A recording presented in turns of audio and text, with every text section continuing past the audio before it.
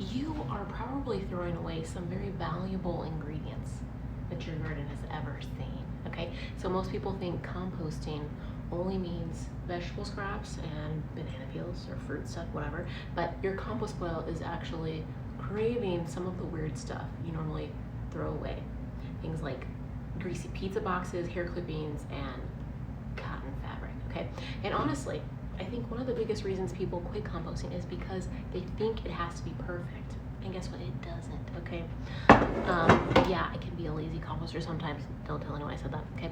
So, like, if you accidentally put the wrong thing into your bin, suddenly your kitchen turns into some kind of biological disaster zone. Whoa. Okay, but true sustainability is not about perfection. It's about becoming more resourceful with the things you're already producing every single day, okay? So today I'm going to, my accent came out kind of weird though. I don't really have an accent. Sometimes I come out kind of North Dakotian or Canadian, and I've never even, well, I've been to Canada, but I've never been to any of the Dakotas.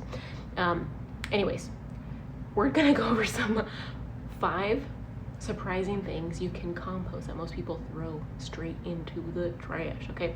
So item number 1 is a greasy pizza box. And I know this has the lid off, but it's because I recorded this video and I lost the video, and in the video I was tearing it up.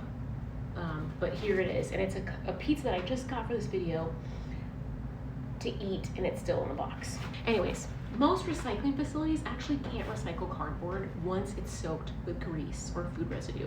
So it often ends up in a landfill anyway. But compost, no, compost loves plain cardboard.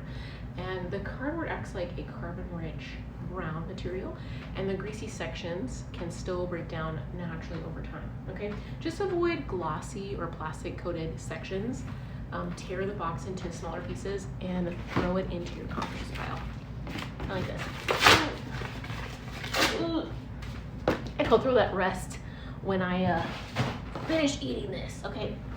Item number 2 is hair clippings and pet fur, which I don't really have an example of.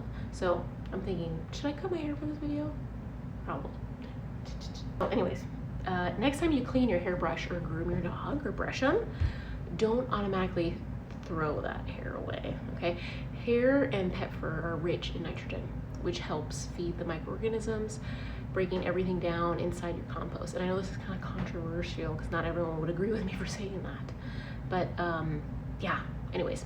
And because your hair decomposes slowly, it acts almost like a gradual time release, like you got a time capsule in your compost or something. So yeah, anyways. So I know this seems pretty unhinged, but nature literally wastes nothing, okay? So even if there's hair in nature of some kind, it's gonna take care of it, so. Item number 3, dryer lint. What? Now this one comes with an important disclaimer.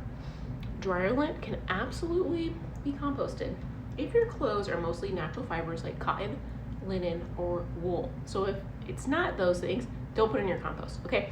A lot of modern clothing contains polyester and synthetic materials, which means your lint may also contain microplastics. So if you're drying mostly natural fabrics, your lint can break down beautifully in your compost because it's basically just shredded plant fibers, okay? And item number 4, old cotton socks and fabric scraps. What? Old cotton socks and fabric scraps. And I don't really have enough examples of it. I just have this cotton thing or whatever. Anyways, we all have those socks with giant holes in them, or old cotton shirts covered in stains that nobody's ever wearing again. If the fabric is made mostly from natural fibers like cotton, you can actually compost it, believe it or not. Just cut the fabric into smaller strips first so it breaks down more easily, and remove anything synthetic like elastic bands, plastic tags, or thick printed material. This doesn't have anything on it, so this I could compost, but I didn't cut up, and it's still in good hands, so I'm not gonna do that.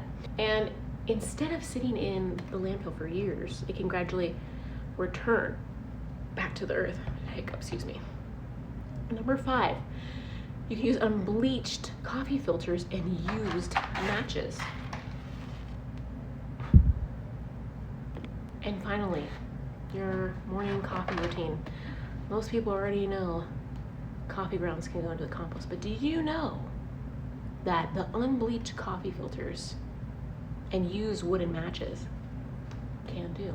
And I use this as a fake cigarette, it's not a real cigarette, okay? The paper and wood help balance out the wetter nitrogen-rich materials in the compost pile and help everything else break down evenly. Now, I already know what people are thinking and maybe what they're gonna say.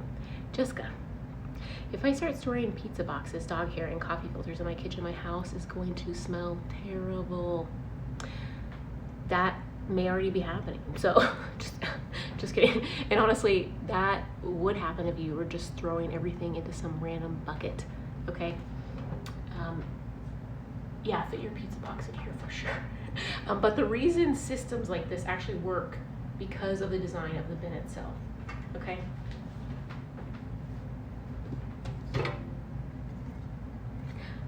This bin has a sealed inner bucket system along with a charcoal filtered built-in lid that helps control odors naturally. So instead of your kitchen smelling like garbage, everything stays contained while the materials slowly collect before being transferred outside.